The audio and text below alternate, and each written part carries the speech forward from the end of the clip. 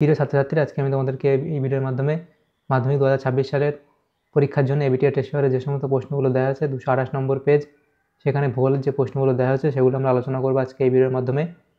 1 নম্বর এবং 2 নম্বর প্রশ্ন অর্থাৎ এমসিকিউ এবং এসকিউ টাইপসের প্রশ্নগুলো তোমরা ভিডিওটা শুরু থেকে শেষ অবশ্যই দেখবে এবং চ্যানেলে যদি নতুন হয়ে থাকে অবশ্যই চ্যানেলটাকে সাবস্ক্রাইব করে রাখবে পরবর্তী পেজগুলোর প্রশ্ন উত্তর পাওয়ার জন্য। এবং এর আগের যে পেজগুলো ছিল সেগুলোর প্রশ্ন উত্তর আমরা আলোচনা করে দিয়েছি, তোমরা প্লেলিস্ট থেকে সেই প্রশ্ন উত্তরগুলো পেয়ে যাবে।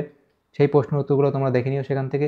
আজকে আমরা 228 নম্বর পেজ আলোচনা করব এবং এই পেজের প্রশ্ন উত্তরের পিডিএফ তোমরা আমাদের যে হোয়াটসঅ্যাপ নম্বর আছে সেই হোয়াটসঅ্যাপ নম্বরে যোগাযোগ করবে, তাহলে সেখান থেকে তোমরা সেই পিডিএফগুলো নিতে পারবে, সেখান থেকে কিনতে পারবে। তো আমাদের হোয়াটসঅ্যাপ নম্বরে যোগাযোগ করতে পারো তোমরা। তো এখানে দেখো বিভাগ কয়ের মধ্যে যে প্রশ্নগুলো আছে একের দাগে বলা আছে কি বিকল্পগুলির থেকে সঠিক উত্তরটি নির্বাচন করে লেখো। 14টা এখানে প্রশ্ন আছে, 1 নম্বর করে দেওয়া আছে, এখানে 14 নম্বর দেওয়া আছে। তো প্রথম প্রশ্ন বলা আছে দেখো 1.1 দাগের প্রশ্ন। এখানে 1.1 দাগের প্রশ্ন কি বলা আছে যে গাঙ্গেয় বদ্বীপ যে প্রক্রিয়ার ফল তা হলো। তাহলে গাঙ্গেয় বদ্বীপ যে প্রক্রিয়ার ফল তা হলো, তাহলে এটা কি হবে? অপশান ক অর্থাৎ আরোহণ। পরবর্তী প্রশ্ন দেওয়া আছে দেখো মরু সমপ্রায় ভূমিতে কঠিন শিলাগঠিত যে অনুচ্চ পাহাড় অবশিষ্টাংশ ভূমিরূপ হিসেবে দেখা যায় তাকে বলে, তাকে কি বলে? তাকে ইনসেলবার্জ বলা হয়। অপশান গ এখানে হবে তোমাদের সঠিক উত্তর, অর্থাৎ ইনসেলবার্জ। এর পরবর্তী প্রশ্ন বলা আছে দেখো বায়ুমণ্ডলের যে স্তরের মধ্য দিয়ে জেট বিমান চলাচল করে তা হলো, তাহলে এটা তোমাদের হবে স্ট্র্যাটোস্ফিয়ার। অপশান এখানে খ হবে সঠিক উত্তর, স্ট্র্যাটোস্ফিয়ার। পরবর্তী প্রশ্ন বলা আছে দেখো একটি ওজোন স্তর বিনাশকারী গ্যাস হলো, তাহলে একটি ওজোন স্তর বিনাশকারী গ্যাস হলো সেটা কি? হ্যালন। অপশান গ। পরবর্তী প্রশ্ন বলা আছে দেখো যে বেঙ্গুয়ালা স্রোত প্রবাহিত হয়, বেঙ্গুয়ালা স্রোত প্রবাহিত হয় কোথায়? তাহলে সেটা এখানে হবে বেঙ্গুয়ালা স্রোত প্রবাহিত হয় সেটা হবে দক্ষিণ আটলান্টিক মহাসাগরে, দক্ষিণ আটলান্টিক মহাসাগরে। এর পরবর্তী প্রশ্ন বলা আছে পৃথিবী ও চাঁদের দূরত্ব সর্বাধিক হলে তাকে বলে, তাকে কি বলে? অ্যাপোজি বলা হয়। অপশান গ। 1.7 দাগের প্রশ্ন বলা আছে বায়োগ্যাসের প্রধান উপাদান হলো, বায়োগ্যাসের প্রধান উপাদান, তাহলে এটা অ্যাপোজি বলে হলো। এবং এর পরবর্তী প্রশ্ন, তাহলে এটা অপশান গ অ্যাপোজি। পরবর্তী প্রশ্ন 1.7 বলা আছে বায়োগ্যাসের প্রধান উপাদান হলো কি? সেটা হবে মিথেন। অপশান ক।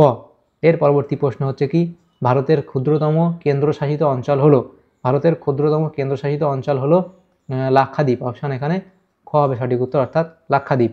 এর পরবর্তী প্রশ্ন বলা আছে গ্রীষ্মকালে রাজস্থানের মরুভূমি অঞ্চলে যে প্রবল ধূলিঝড়ের সৃষ্টি হয় তাকে স্থানীয় ভাষায় বলে, তাকে স্থানীয় ভাষায় কি বলে? তাকে আঁধি বলা হয়। কি বলা হয়? এখানে তোমাদের যেটা উত্তর হবে সেটা এখানে অপশান খ, অর্থাৎ আঁধি বলা হয়। এর পরবর্তী প্রশ্ন বলা আছে দেখো যে ভাকরা নাঙ্গাল পরিকল্পনা যে নদীর গতিপথে অবস্থিত তা হলো কি? ভাকরা নাঙ্গাল পরিকল্পনা যে নদীর গতিপথে অবস্থিত সেটা হচ্ছে এখানে অপশান গ, অর্থাৎ শতদ্রু নদীর যে নদীর গতিপথে অবস্থিত। পরবর্তী প্রশ্ন কি বাজরা উৎপাদনে ভারতের যে রাজ্য প্রথম, তাহলে এটা হবে তোমাদের সেটা হচ্ছে রাজস্থান। বাজরা উৎপাদনে তোমাদের যে রাজ্য প্রথম সেটা হচ্ছে কি? রাজস্থান। অপশান ক। এর পরবর্তী প্রশ্ন ভারতের বৃহত্তম লৌহ ইস্পাত কারখানাটি হলো, তাহলে সেটা কোনটা? ভারতের বৃহত্তম লৌহ ইস্পাত কারখানাটি কি? সেটা এখানে তোমাদের হবে কি? ভিলাই। তাহলে এটা হবে কি? ভিলাই। তাহলে এখানে তোমাদের অপশান হচ্ছে ভিলাই, অর্থাৎ অপশান এখানে ক হবে সঠিক উত্তর। পরবর্তী প্রশ্ন বলা হচ্ছে দেখো যে হীরক চতুর্ভুজ কথাটি যে পরিবহনের সাথে যুক্ত তা হলো, তাহলে এটা তোমাদের কার সাথে যুক্ত হবে? সেটা হচ্ছে হীরক চতুর্ভুজ হলো কি? রেলপথের সাথে যুক্ত। অপশান খ। এর পরবর্তী প্রশ্ন হচ্ছে টোপোগ্রাফিক্যাল ম্যাপের ইঞ্চি শিটের RF হলো, অপশান এখানে গ হবে সঠিক উত্তর। তাহলে এখানে এমসিকিউ টাইপ যে প্রশ্নগুলো ছিল সেগুলো হলো। এরপরের যে প্রশ্নগুলো আছে দেখো বিভাগ খতে যে প্রশ্নগুলো আছে দেখো 2.1 বলা আছে নিম্নলিখিত বাক্যগুলি শুদ্ধ হলে পাশে সু এবং অশুদ্ধ হলে পাশে অ লেখো। আমি ঠিক হলে রাইট দেবো, ভুল হলে ক্রস চিহ্ন দেবো। তোমরা অবশ্যই পরীক্ষার সময় ঠিক হলে সু এবং ভুল হলে অশুদ্ধ লিখবে। প্রথম প্রশ্ন আছে হিমশৈলের 1/9 অংশ জলের ওপরে ভেসে থাকে, তো এটা এখানে তোমাদের ঠিক বলা হয়েছে। পরবর্তী প্রশ্ন জেট বায়ু এক ধরনের জিওস্ট্রপিক বায়ু, এটা এখানে তোমাদের শুদ্ধ বলা আছে। পরবর্তী প্রশ্ন কি? এটা হবে ভেম্বানাদ হলো ভারতের বৃহত্তম উপহ্রদ, এটা এখানে তোমাদের ভুল বলা হয়েছে। এর পরবর্তী প্রশ্ন কি? সেটা বলা আছে দেখো শিল্প প্রক্রিয়াকরণে যেসব কাঁচামালের ওজন হ্রাস পায় তাদের বিশুদ্ধ কাঁচামাল বলে, এটা এখানে ভুল বলা হয়েছে। এর পরবর্তী প্রশ্ন বলা আছে দেখো ভারতে প্রতি 10 বছর অন্তর জনগণনা করা হয়, এটা এখানে ঠিক বলা হয়েছে। এর পরবর্তী প্রশ্ন উপগ্রহ চিত্রে লাল বর্ণের রেখার সাহায্যে সড়ক পথ বোঝানো হয়, তো এখানে দেখো এই যে 2.5 দাগের প্রশ্নটা কি ভারতে প্রতি বছর 10 বছর অন্তর জনগণনা করা হয়, তো এটা এখানে ঠিক বলা হয়েছে। এর পরবর্তী প্রশ্ন কি? উপগ্রহ চিত্রে লাল বর্ণের রেখার সাহায্যে সড়ক পথ বোঝানো হয়, তাহলে এখানে তোমাদের কি বলা হয়েছে? এটা ওখানে ভুল বলা হয়েছে। এর পরবর্তী প্রশ্ন দেখো যেটা দেওয়া হচ্ছে দেখো, তাহলে প্রথমটা ঠিক দ্বিতীয়টা ঠিক বলা হয়েছে, তারপরটা ভুল এবং শেষের আগে 2.1.5 এটা বলা হয়েছে আমাদের শুদ্ধ বলা হয়েছে এবং শেষেরটা আমাদের অশুদ্ধ বলা হয়েছে। পরবর্তী প্রশ্ন দেখো বলা হয়েছে কি 2.2 এর দাগের প্রশ্ন উপযুক্ত শব্দ বসিয়ে শূন্যস্থান পূরণ করো, যে কোনো 6টি প্রশ্ন উত্তর এখানে করতে বলা হয়েছে। প্রথম প্রশ্ন কি, যে আন্তর্জাতিক সিরিজে 2 গোলার্ধে মোট মানচিত্রের সংখ্যা ড্যাশটি, তাহলে এটা কত হবে, এটা হবে 2 অর্থাৎ 4টে 2222টি। এর পরবর্তী প্রশ্ন দেখো যেটা বলা আছে এখানে, যে ড্যাশ শিল্পকে সংযোজন ভিত্তিক শিল্প বলে, তাহলে এটা কি, মোটর গাড়ি শিল্পকে, তাহলে এটা কি হবে, মোটর গাড়ি শিল্পকে সংযোজন ভিত্তিক শিল্প বলা হয়। মোটর গাড়ি শিল্পকে সংযোজন ভিত্তিক শিল্প বলে। পরবর্তী প্রশ্ন বলা হয়েছে দেখো, পশ্চিমঘাট পর্বতের পশ্চিম ঢালে ড্যাশ অরণ্য আছে, তাহলে পশ্চিমঘাট পর্বতের পশ্চিম ঢালে লিখবে চিরহরিত অরণ্য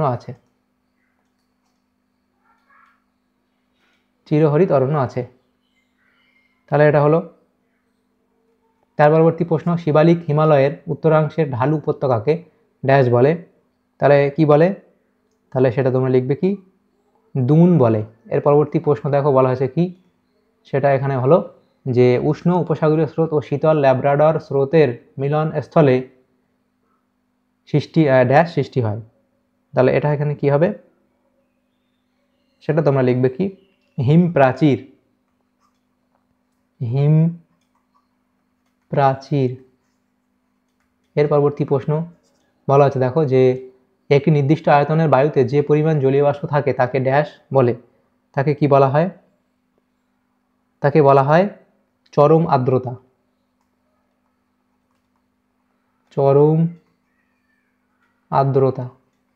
এর পরবর্তী যে প্রশ্ন এখানে দেওয়া আছে দেখো, নদী দ্বারা ব্যবচ্ছিন্ন বহিবিধৌত সমভূমিকে ড্যাশ বলে, তাকে কি বলে, ভ্যালি ট্রেন বলা হয়। Valley train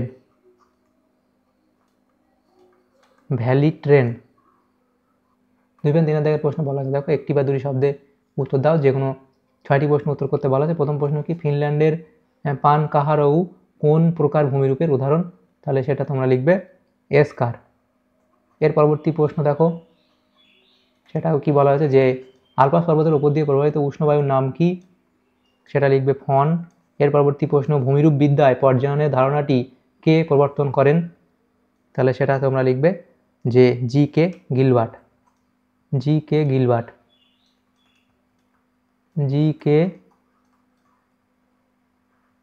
Gilbert.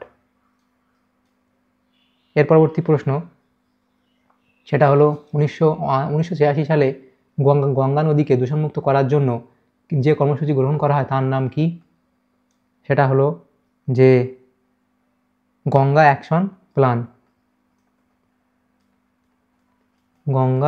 প্ল্যান। এর পরবর্তী প্রশ্ন কি, সেটা বলা আছে দেখো, যে ভারতে অবস্থিত হিমালয়ের সর্বোচ্চ শৃঙ্গের নাম কি, সেটা হবে কাঞ্চনজঙ্ঘা।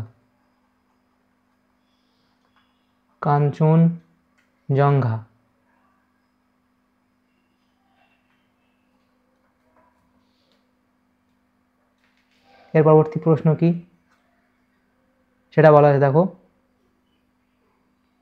ভারতের কোন মৃত্তিকা কার্পাস চাষের জন্য আদর্শ, সেটা কৃষ্ণ মৃত্তিকা বা রেগুর মৃত্তিকা। এর পরবর্তী প্রশ্ন দেখো বলা আছে কি, 2011 সালে জনগণনা অনুসারে ভারতে সাক্ষরতার হার কত, তাহলে সাক্ষরতার হার হচ্ছে 74.04%। পরবর্তী প্রশ্ন, স্কেল অনুযায়ী টপোশিট কোন শ্রেণীর মানচিত্র, সেটা হবে বৃহৎ স্কেলের মানচিত্র। বৃহৎ স্কেলের